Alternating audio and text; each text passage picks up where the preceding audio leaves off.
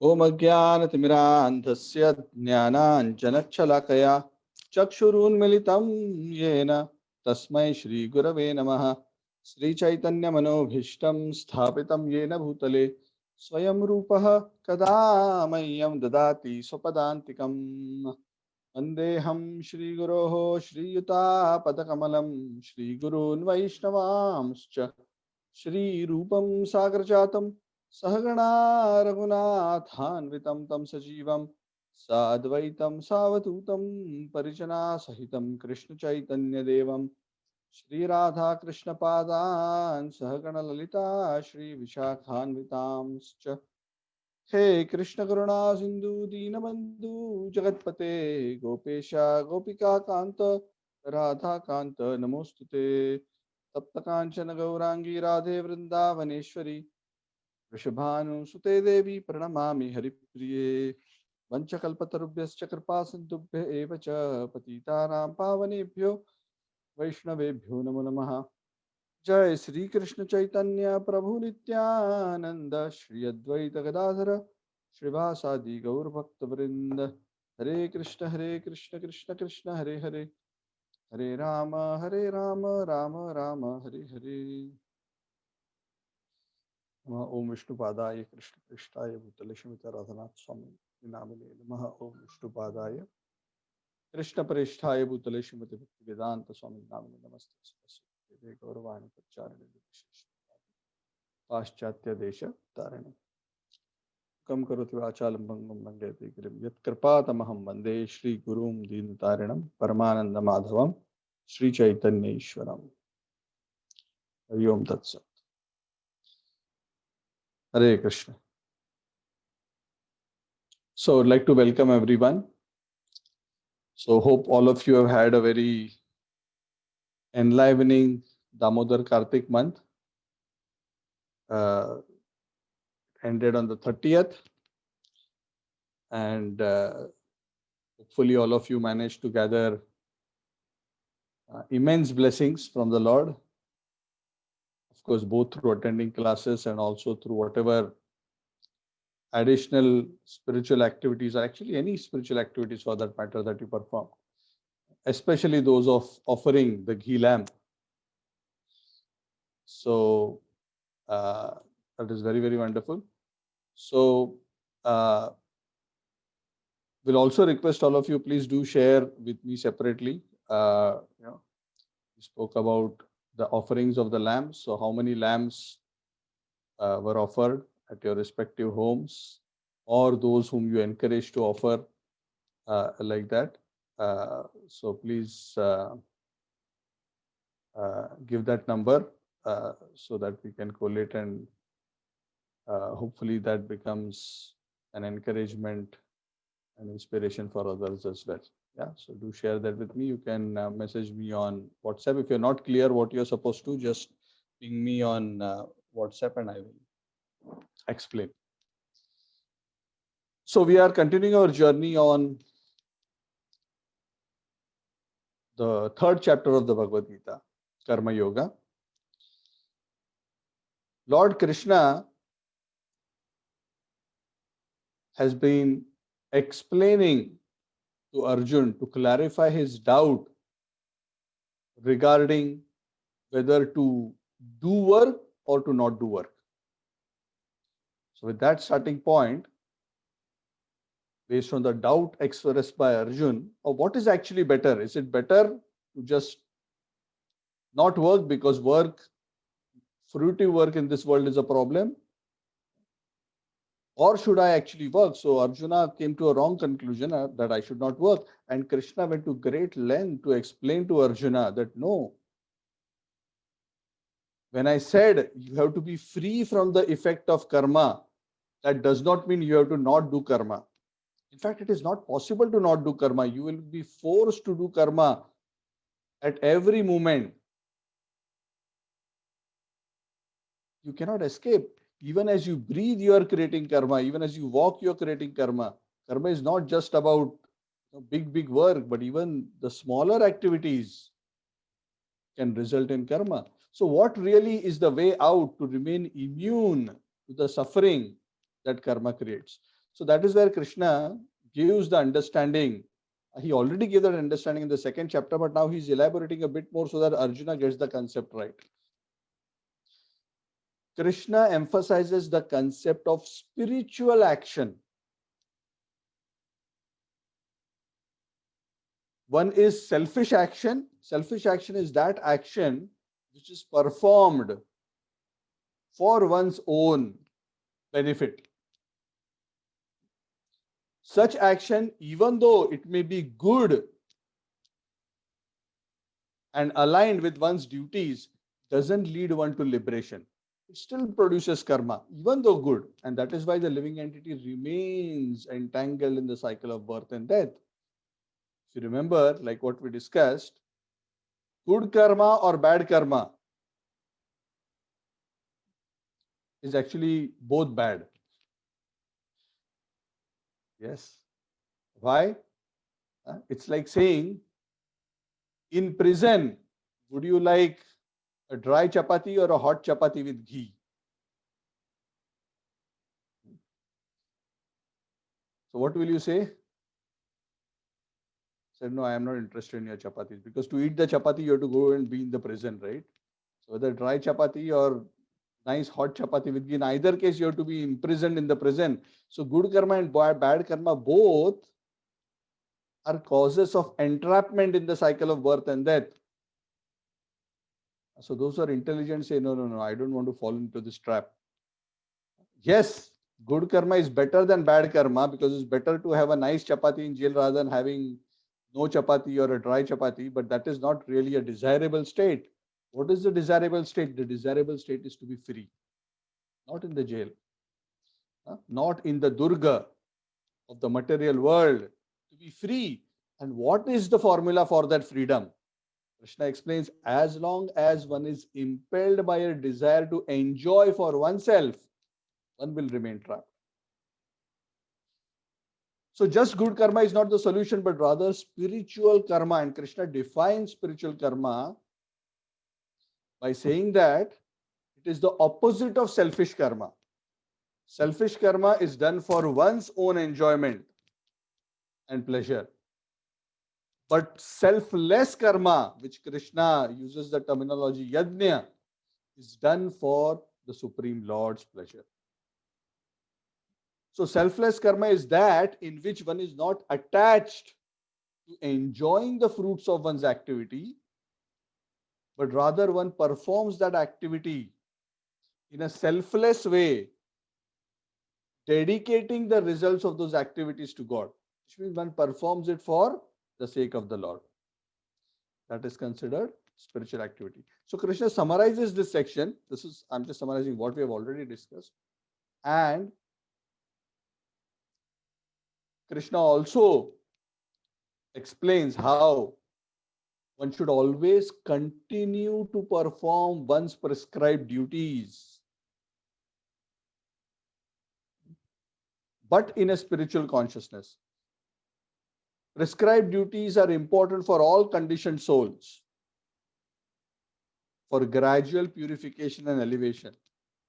And even those who are liberated souls, who are no longer obligated by law of karma, they still continue to perform their prescribed duties just to set the right example. And Krishna says, I set that example as well. Because if I don't do it, everybody else will follow my example. And they will not understand that I am the Supreme Lord and they should not imitate me, but they'll blindly imitate me and they will bring ruination upon themselves. So Krishna says, summarily, he explains the formula to Arjuna. In verse number 30, he says, Mai sarvani karmani sanyasyaadhyatma chetasa nirashir nirmamo bhutva yuddhasva vigatajvara. Arjuna, I want you to fight. Be clear, I'm not talking about not fighting. I'm asking you to fight. But fight without a desire for profit. Fight by surrendering all your works to me. And you can actually develop that consciousness of surrendering all your works to me only if you understand me properly. That is why develop full knowledge of me. Don't try to claim the fruits of activities. Don't desire for that. Just perform your duty well and do it as a yajna for me. And don't be lazy. Just because you are detached from the activity, don't be lazy. Yeah, correct? Sometimes when we are cooking, if we are cooking for ourselves, some of us will be very diligent because we only have to eat what we cook. So we are a bit more careful. But if we are fasting that day and we are cooking for somebody else, then there are two possible responses. One is, who cares? Anyway, I am not going to eat. Let me cook it. That is known as lethargy. Means I am not going to be the enjoyer of the result of this activity. Why should I bother? Let me just get it done. And so Krishna says, no, just because you are not the enjoyer, don't take that kind of a lethargy. Don't take that kind of a approach as if you have a fever. Jwara means fever. And Krishna says, Vigata jwara, without fever. What does that mean? Means don't do it as if you're a diseased person. Do it with enthusiasm and energy. And this kind of consciousness, to do it with enthusiasm and energy, is only possible when we have some love. Isn't it? Correct? Like a mother. She cooks thinking that, oh, how my children will enjoy. Or she cooks thinking that how my husband will enjoy. How they will like this flavor. They like this, they like it like that. Let me cook with interest. Even though there may be some items which she herself may or may not be eating, but they'll be cooking with great attention and devotion. Why? Because the activity is being performed not for themselves, but somebody whom they love. Is it not? So only when there is love, then at least love, or at least, if not love, at least a sense of duty. Minimum. Yes. Then one will put in some special effort. Otherwise, there's laziness. So Krishna is saying, if you develop proper knowledge of me, then you will have that proper orientation and determination to dedicate your activities to me, give up the false sense of proprietorship, and continue to perform your duties with enthusiasm, knowing that giving up desire to enjoy leads to a higher state of enjoyment than those who want to enjoy. This is quite a paradox. In the material world, everybody performs activities with a desire to enjoy the consequences. And that is why when somebody says, oh, one must act without desire for the result, some people think, oh, are you crazy? Then why should I act? If I should not be acting for the result, why should I act?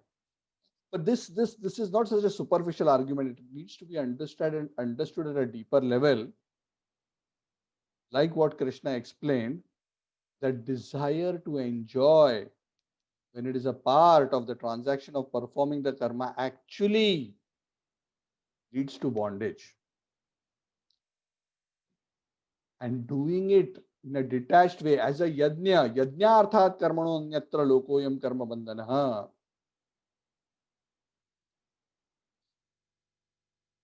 If you perform your karma as a yajna, then you will be free. And the wonderful effect of such selfless action is that yes, whatever material benefits we had hoped to enjoy will anyway come by the arrangement of the Lord. But beyond that, such kind of selfless action also leads to elevation of the spiritual consciousness, purification of the heart, and to a higher experience of happiness, satisfaction, and well-being. So when a person becomes selfless in this way, Actually, he is the most selfish spiritually. The Bhagavatam, Prahlad Maharaj says this in a very beautiful verse. He says, Nate viduhu swarthagatim hi Vishnu, durashaya ye bahir arthamaninaha. Those, Prahlad is saying, a little boy, 5-year-old boy, he's saying in the Bhagavad, he's saying that those who are trying to enjoy this world are actually foolish. Durashaya, they will always be frustrated. Nate viduhu swarthagatim hi Vishnu. They do not understand that to work for the Lord, to be devoted to the Lord, even though it externally appears to be selfless, it is ultimately the greatest selfishness at a spiritual level. Here, when you talk about self, we're not talking about the self as the body, we're talking about the self as the soul. This is the ultimate selfishness because it is aimed at the true nourishment of the soul. Nate viduhu swarthagatim hi Vishnu, durashayaye bahir arthamani. Very beautiful. So this is a very deep point.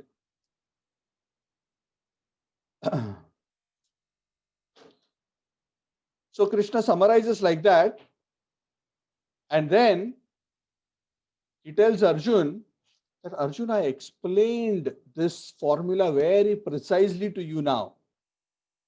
And it is very important for a person who wants to make spiritual advancement to have faith in this formula that I have given. Sometimes externally, this formula may seem silly and illogical, but there is so much depth in it. There is so much depth in it. And it works at such a deep and spiritual level that it actually cures the living entity of the material disease. Those who disregard this teaching of mine, they are doomed. They cannot become free. But those who follow this faithfully are guaranteed success. He says, Ye me matamidam nityam anutishtanti manavaha shraddhavanto anasuyanto muchyante tepi karmavihi.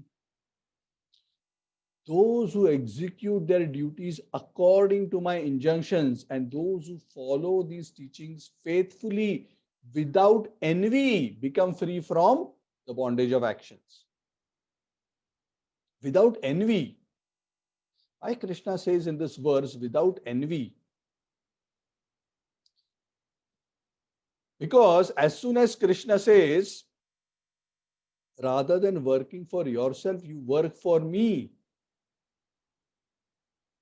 immediately the conditioned soul's mentality is, why should I work for you, Krishna? I'll work for myself. Why should I work for you? Why you should be the beneficiary of the activity? So that is the mentality of envy. Oh, God is the enjoyer. Why God is the enjoyer? I must be the enjoyer. So Krishna is saying, no, don't have that mentality. Ultimately, I am the owner of everything. So you must dedicate everything to me for your own good, not that I am benefited. So don't be envious. Dedicate your activities to me and do your prescribed duties. If you do that, definitely you will be elevated to the supreme destination. But if you disregard this, ye tu etad abhyasuyanto nanutishtanti me matam sarvajnana vibudham stan vidhi nashtan achetasah. Those who are envious and those who disregard, they don't want to do for me, they want to continue to act selfishly for their own interest, they become entangled. Such people are considered bereft of knowledge because they do not understand the secret of happiness. And their endeavors to achieve perfection, perfection here means to achieve a state of undisturbed happiness. Actually, everybody is looking for undisturbed happiness, isn't it? Whether one is a materialistic person or one is a spiritual person, all of us are looking for undisturbed happiness. What is the difference between the materialistic person and a spiritual person? According to the Bhagavad Gita, materialistic person thinks that by acting selfishly for myself, I will become happy, and I have to go on acting in such a way for my interest at the cost of everybody else.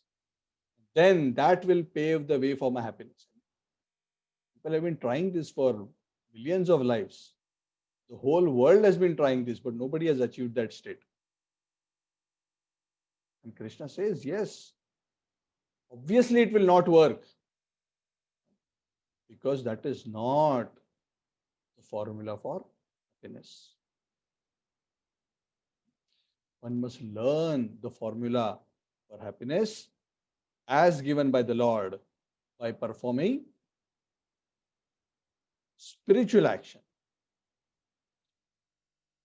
Then Krishna says, Sadrusham cheshtate swasyaha prakriter jnanavanapi prakritim yanti bhutani nigraha kim karishyati. Arjun, do not simply try to repress activity artificially. The way material nature works is each person has a particular set of qualities. And based on the qualities, the gunas that one has, one is naturally impelled to act in a particular way. And one cannot repress that. That basic nature that a person has cannot be repressed. So don't try to repress. You are trying to repress it. You are a fighter, but you are trying to repress. You are saying, no, no, no, I will now act like a sadhu. I will become totally, give up my fighting, and I will become a beggar and become a renunciate. But that is not your nature. If you try to do that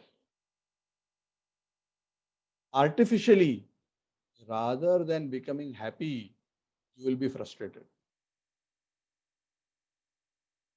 Yes? Let's say two people go to a discotheque. Yes? And one person loves to dance in a disco. That's their nature. The other person just dislikes dancing in the disco. I'm just giving an example. Both of them go to the disco. And then you force the person who loves to dance to not dance. And you force the person who doesn't want to dance. What you would have achieved? Both will become miserable. Isn't it? Because one person has a strong nature to act in a particular way and you're repressing it. And the other person, it is not according to his nature to do like that, but you're forcing him. So the basic point is that if one doesn't act according to one's nature, one enters a zone of not feeling wholesome and happy. And the more one deviates, the more one becomes disturbed. So it is very important that one should perform one's activities or prescribed duties based on one's nature. For example, if by nature one has the qualities of a soldier, a kshatriya, obviously if you force him to be in the kitchen and cut vegetables and cook, he's going to be very frustrated. Maybe he will throw the plate at somebody and the pans at somebody, because he is more interested by his nature to use his energy in a particular way. And the cook in the kitchen, you send him on the battlefield with a gun. Again, it's not going to work. But ultimately, it's not just about performing duties according to the nature, but Krishna says, yes, that is the first step. But the second step is also very important. Performance of duty according to one's nature, but performing that duty in a selfless way as a service to God. That completes the perfection formula. So that is very important to understand. Yeah, two parts. First, act according to your nature. Acting according to nature is equivalent to following your prescribed duties. Okay, it's the same thing. Because prescribed duties are prescribed based on one's nature. And where are these duties prescribed? They are prescribed in the scriptures. Yeah. So in the olden times, the duties are so much more easier to understand because the system of varna and ashrama, which is based on the qualities that one has, was quite well instituted in society. Now, this is totally different from the caste system. Not to be confused, I'm not going to go into that topic in great detail right now, but suffice to understand that this is based on activities based on one's qualities, not based on one's birth. So a person who is a Kshatriya nature would naturally be a soldier. He wouldn't become a teacher. And a person who has Brahmanical qualities, strongly in Sattva Guna, they would not get into business. They would not become a soldier. They would study and teach and perform spiritual activities. So that whole system was there. Brahman, Kshatriya, Vaishya, Shudra, and the four ashramas. Brahmachari ashram, Grihastha ashram, Vanaprastha and Sannyas. And the whole society was organized based on that framework, because that framework was based on the qualities, and based on the qualities there were duties. So early in the childhood, the parents as well as the teachers, spiritual teachers, would identify the qualities in the children, and then they would train and guide them accordingly. So very nicely, each individual was guided based on his nature. And then they would take up a life, a profession based on that nature. In that way, everyone would be happily situated. Today, actually, many people are not even making an attempt to understand what exactly is my nature. And am I acting according to my nature? Am I doing a profession which is aligned with my nature? If one is not, then one is very likely to be very frustrated. Because to act in a way which is not one's nature is actually very painful. Just give a couple of examples, right?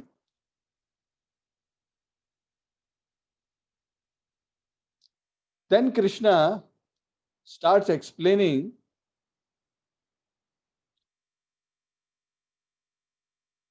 how one should be careful to not go beyond the framework of what he has just described.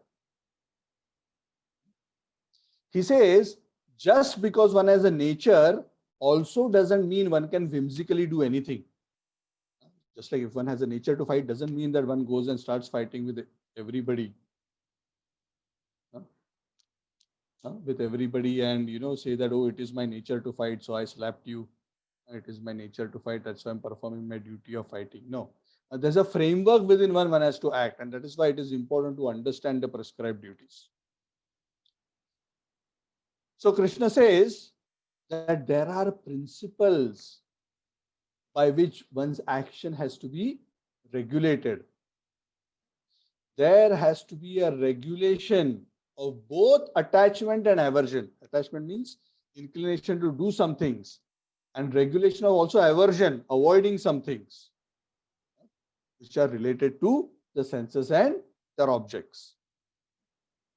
Indriyasyarthe ragadveshau vyavastitau tayorna vashamagachet tauhyasya paripanthinau. One should not fall prey to these temptations and aversions and deviate from one's duty. That is why there are rules given in scripture for every varna and ashram as to how they can control their tendencies in such a way that one doesn't engage in activities which will distract one from one's spiritual evolution. Because if one allows one's mind to be swayed by these kind of attachments and aversions, and one doesn't properly control them, then one risks straying from the path and going into the zone of sinful activity. Yes. For example, if a person has a business tendency, then one has to also be very careful one doesn't get attachment for him goes into the region of greed, yeah, being too greedy and cheating. All that has to be avoided.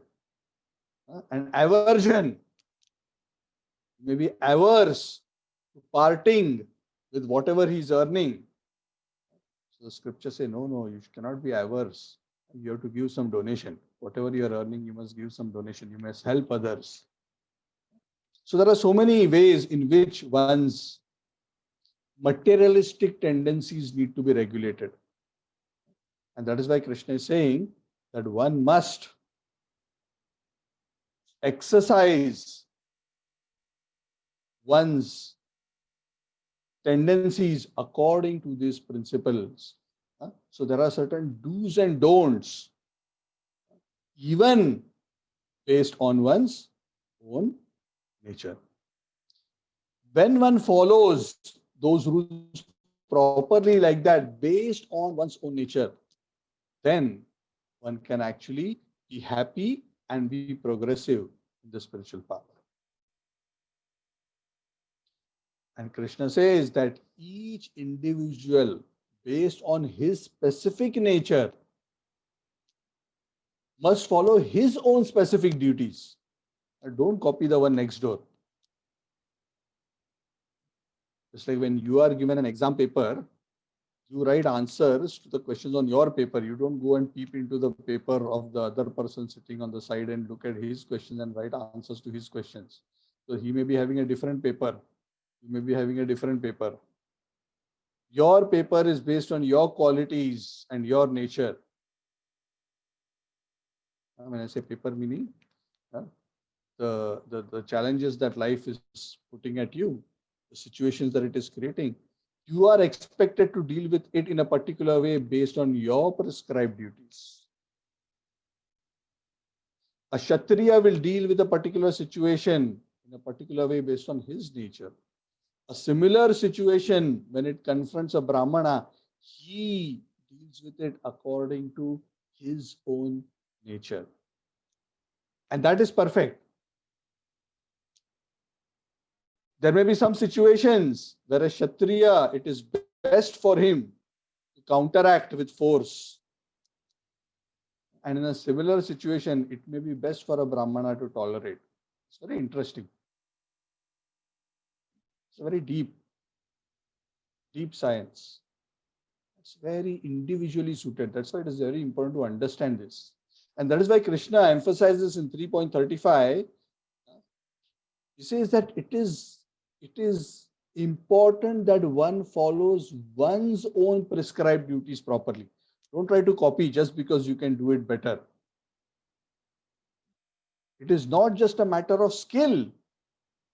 It is a matter of what is your psychophysical condition.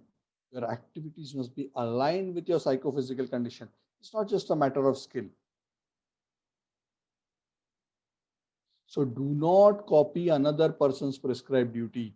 It is better to follow one's own duties, even though those duties may, from an absolute perspective or from a comparative perspective, may appear to be faulty. A Kshatriya should not artificially try to act like a Brahman. A Kshatriya should act as a Kshatriya according to his prescribed duty. Krishna goes so far as to say it is better that one is destroyed in the course of one's prescribed duties rather than following somebody else's. Because spiritually, the right progressive path is always aligned with following one's duties. Another person's path is dangerous. Shreyan swadharmo vigunaha paradharmat swanushtitat swadharme nidhanam shreyah paradharmo bhayavaha. Paradharmo bhayavaha. It is fearful, dangerous to follow another's path.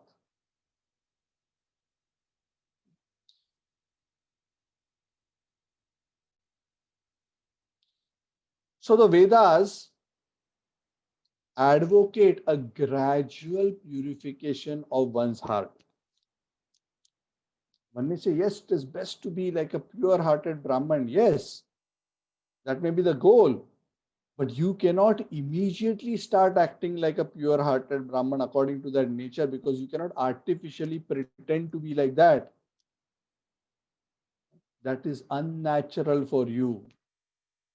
You must evolve gradually from where you are by continuing to perform your duty based on your level, and then gradually work towards a higher and higher platform of. And all throughout, if one wants to achieve the full perfection of human life, of self-realization, then one must throughout, irrespective of what one's duty is, whether one is a simple street sweeper or a businessman or a soldier or a teacher or a priest, one can still dedicate one's respective activities to God and still make very tangible spiritual progress. One becomes free from this kind of prescribed duty, if you remember, only after one becomes liberated from material life. Now, after having explained all this to Arjun,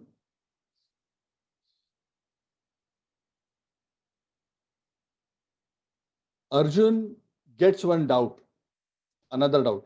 He's clear now about his first doubt, but he has one question. Not really a big doubt, but he has a question that, yes, Krishna, I understand that now that prescribed duty must be performed and prescribed duty must be based on one's nature. And yes, one should not artificially try to copy another person's nature. Yes, and one should perform one's duty based on one's nature in a detached way and dedicate it to God. All understood. But why is it, O Lord, that people fail to follow their duties properly? Failing to follow one's duties properly is actually, in another words, is performing sin. So Arjuna is asking Krishna, what is impelling people to act in a sinful way? What is it? Yes, everybody should fit into this framework and follow and align their life accordingly. But what is it that impels people to act in a way which transgresses this framework?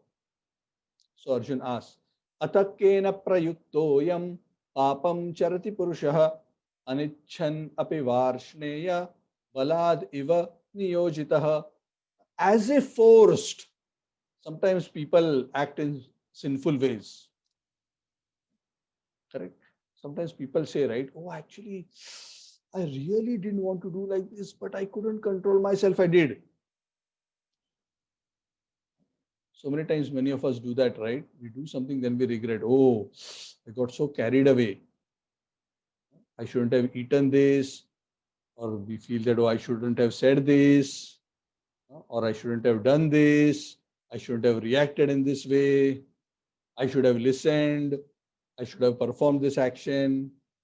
Then one regrets. So what was it that forces us sometimes to act in a particular way? This is Arjun's question, Krishna. Is there some kind of ingredient in us which forces us into improper action. And the Lord answers, Shri Bhagavan Uvacha, Kama Esha Krodha Esha Rajoguna Samudbhavah Mahashano Mahapapma Vidhenam Mihavairinam. Krishna gives pinpoint answer. Arjun, the answer is very clear. It is lust. Kamaha. This intense desire to enjoy, which is known as lust, which comes from Rajogun, and which, when not satisfied, leads to anger. This lust is the real enemy, Arjun. It is this uncontrolled lust which impels one. Because when one is impelled by this lust, one loses all sense of discrimination. It is like a burning fire, which burns all knowledge and covers our intelligence with the smoke of ignorance. So, this is the real reason, O Arjuna. And this lust, Krishna explains, it acts in such a way that it actually covers over the real identity of the soul. It doesn't let the soul see itself, it keeps the soul in ignorance. If you think about this point a bit deeper about why Krishna is using the word lust, or why lust is that enemy. What is lust? Lust is that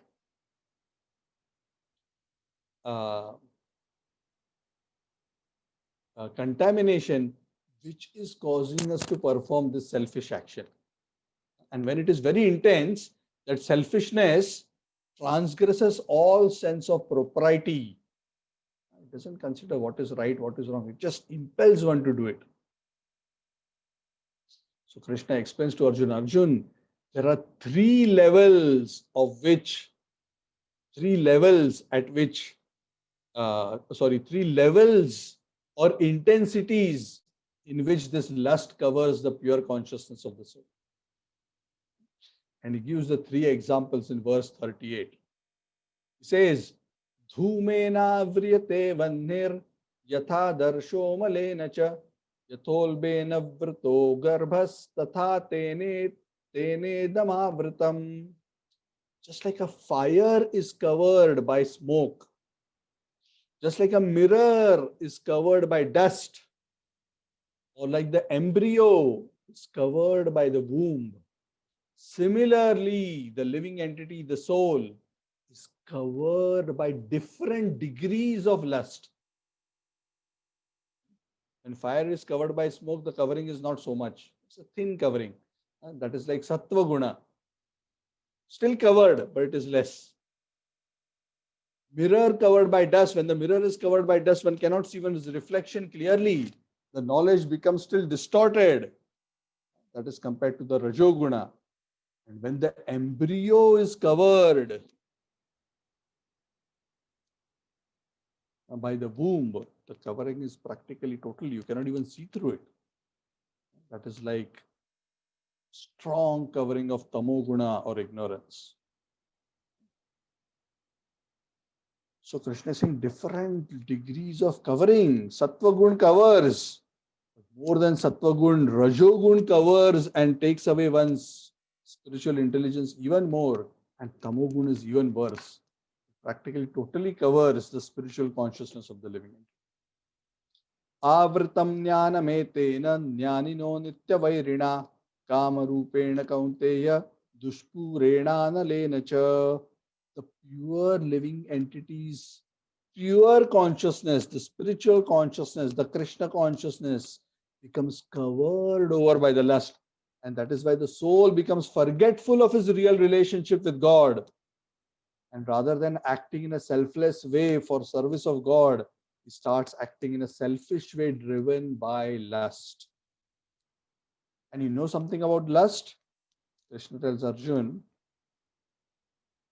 People think that when this lust comes, when I do the necessary things, my lust will get satisfied and it will go away.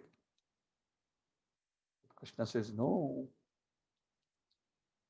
this lust doesn't go away by fulfilling it. The lust is actually never satisfied. In fact, the more you try to satisfy lust, lust comes back with even greater intensity and greater force. It's a very interesting point. Sometimes people think, if I enjoy a lot, then I will lose all desire to enjoy. Some people come up with this kind of a formula for spiritual advancement. Yes. So it's like saying, I will eat so much today that I will never have a desire to eat again. A child may think like this, but any grown-up man knows that yes, right now you may eat so much that you may think, I don't want to see food. Yes, but that how long is that going to last? For 3 hours or 4 hours? After that, again, the desire to eat will come. And based on how strongly you have enjoyed, the desire is going to come back with that much force. Material desire doesn't go away by simply satisfying the material desire. That is the nature of lust. It burns like fire. It is never satisfied. Dushpurena analenacha. So never adopt this kind of a formula for purification by thinking that I will enjoy so much that I'll become detached. Some philosophies promote this kind of a thinking. This is a very dangerous thinking. In fact, the more one enjoys, the more strongly the impressions of enjoyment and sinful activity get imprinted within the consciousness. And the same imprints then come back with greater force and they create a greater impetus to perform the sinful activity. So Krishna is saying it is lust and lust is never satisfied. And where does this lust stay? Krishna explains next. Indriyani mano buddhir asya adhisthana muchyate etair vimohayatyesha jnanam avritya dehinam. There are 3 places, Arjun, where this lust stays. This lust which never gets quenched. This fire of lust. It is in the senses. It is in the mind and it is in the intelligence. These are the 3 places where this lust sits. And through these places, it covers the knowledge of the living entity. What does it mean? Lust sits in the senses. Senses are demanding enjoyment, right? The tongue wants to eat nice, tasty food stuff. The ears want to hear beautiful material sounds. The eyes want to see beauty. The nose wants to smell. The body wants to touch. The skin wants to touch. So many ways the senses are demanding. That is why lust is saying in the senses. The mind is also desiring. I want this. I want. Then I'll be happy. I will get this. Then I'll be happy. That is also lust. So the lust is there in the mind. And the lust is there in the intelligence also. The intelligence is the one who is planning. I'll do this, then I'll get this, then I'll do like that, then this will happen. This is how I will enjoy. So this is all symptoms of the presence of lust. And as long as the living entity is not careful to eliminate this lust, his pure consciousness will continue to be covered. So Arjuna is being advised by Krishna that Arjun, if you want to achieve the lasting peace that I spoke about, if you want to transcend all suffering and achieve a pure spiritual consciousness, you must conquer this prime enemy of yours, who's called Mr. Lust. Tasmat tvam indriyani adau niyamya bharatarshava papmanam prajahiyenam jnana vijnana nashanam. This lust must be controlled. This lust is the destroyer of all knowledge and realization. So in the beginning of your spiritual life itself, you must make an endeavor to control this lust. If you let your mind and senses and intelligence wild in the pursuit of selfish enjoyment, don't think you can achieve any peace or happiness or self-realization. Sorry, it doesn't work like that. He who sets on this path of spiritual progress, looking for lasting happiness and peace, must begin the process by trying to control this lust. And how the lust is controlled? By regulating the senses, by not allowing the senses and the mind to stray in whatever direction they want. One must use one's higher intelligence. The spiritual intelligence must be fortified based on instructions of scripture and other devotees. And using that spiritual intelligence, one must control and regulate one's mind and senses. Otherwise, if you don't slay lust, lust will slay you. Only one of you can survive. Either self-realization can survive or lust can survive. Both cannot coexist. You cannot say, I want to be a first-class materialistic enjoyer and I want to be self-realized at the same time. You cannot be selfless and materialistically selfish at the same time.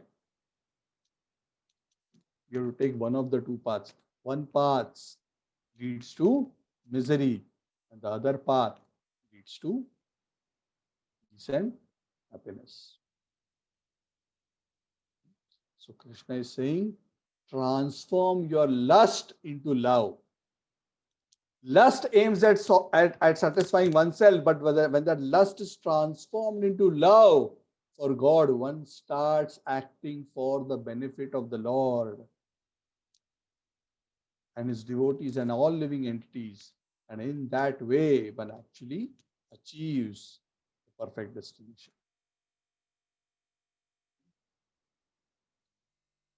Remember, Arjun, amongst these various things, the senses, the mind, the intelligence, understand that the senses are higher than simply dull matter.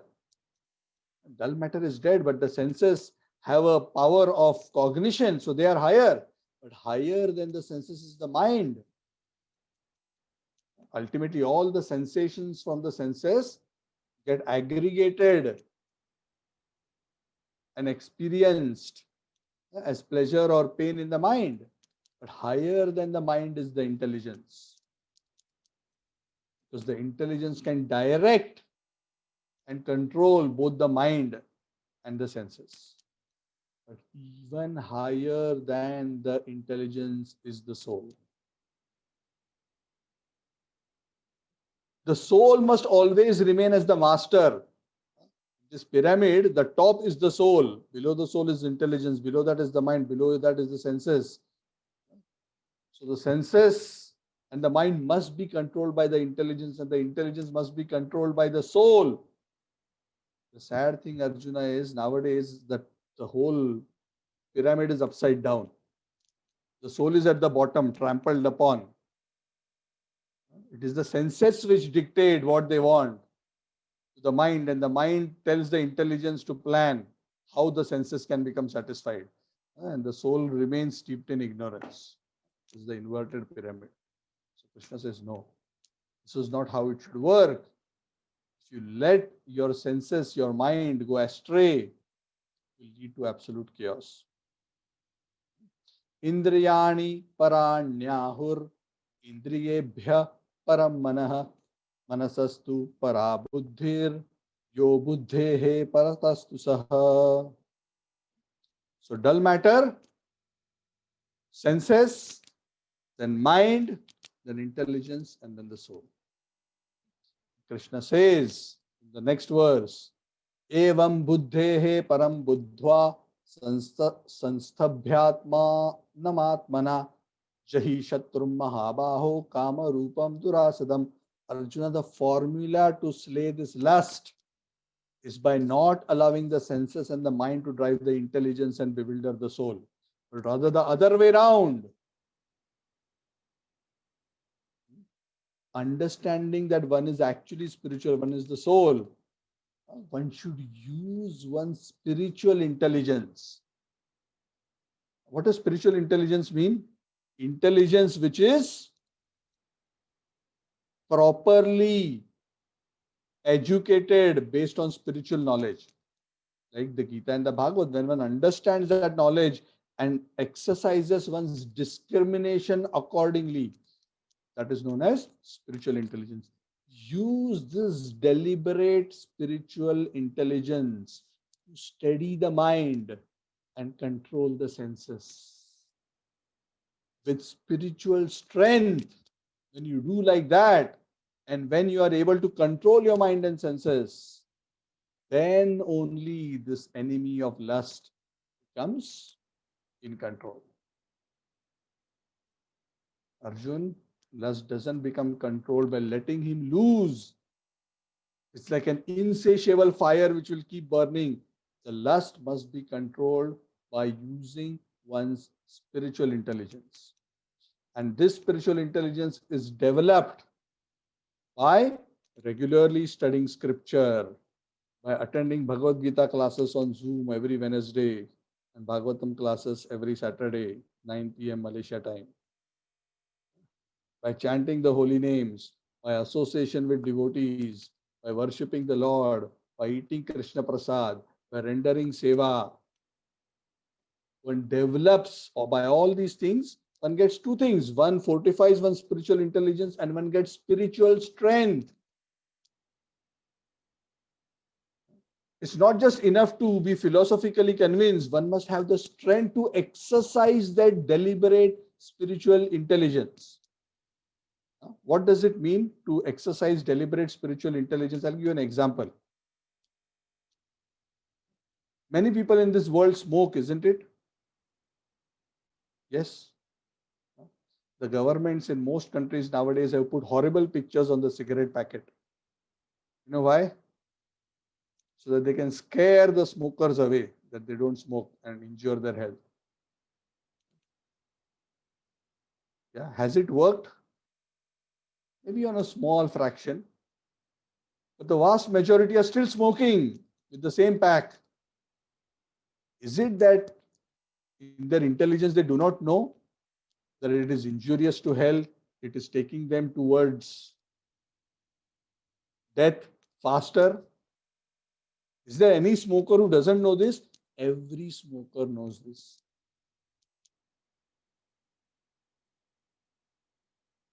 Then why do they smoke? Yes, if they know, then why do they smoke? Because knowing is the first step. It is necessary to know, but it is not sufficient just to know. What is needed more? One must have the strength to say no. Correct? One must have the strength to say no. When the urge comes to say no, if one doesn't have the strength to say no, even though one may know, one cannot say no. Even though one may K-N-O-W, no, one may not have the strength to say no, N-O, and one's senses and mind will still get dragged. That is what happens to the vast majority who smoke. Or for that matter, any kind of addiction. So both are required. Knowledge is required. And spiritual strength.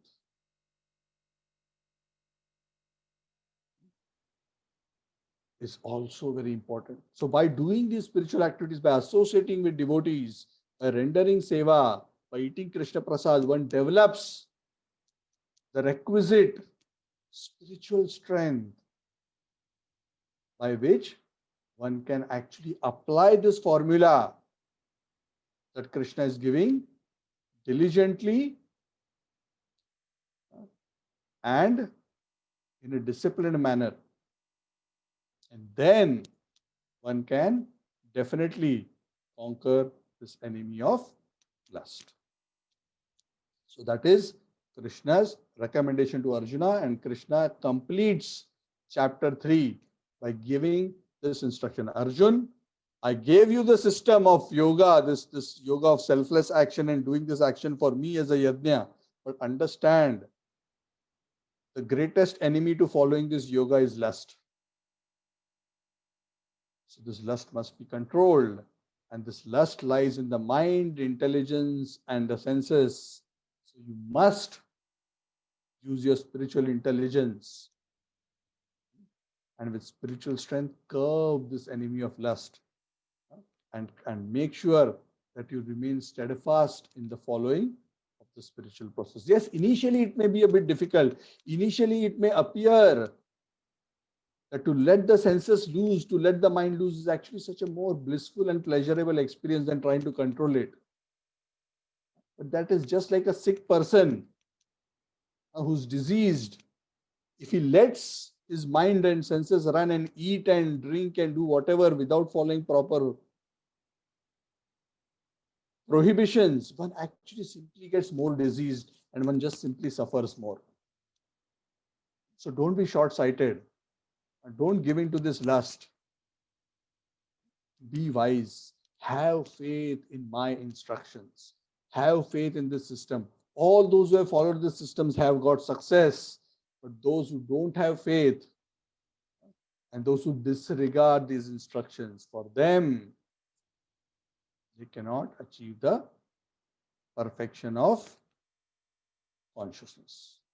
Okay, so that brings us to the end of the third chapter. Thank you very much.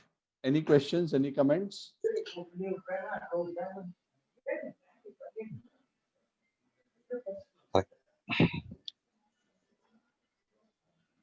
Hare Krishna, Prabhu.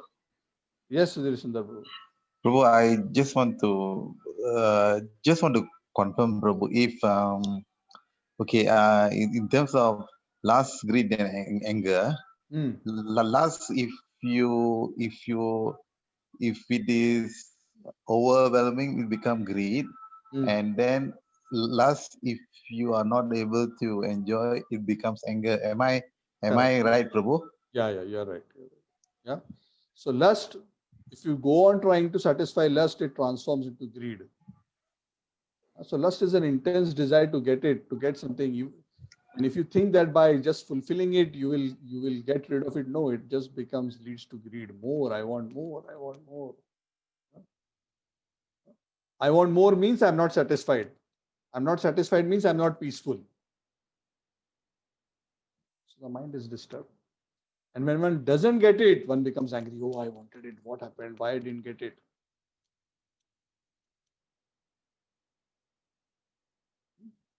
Okay. Yes, bro. That's correct. Any other comments or questions?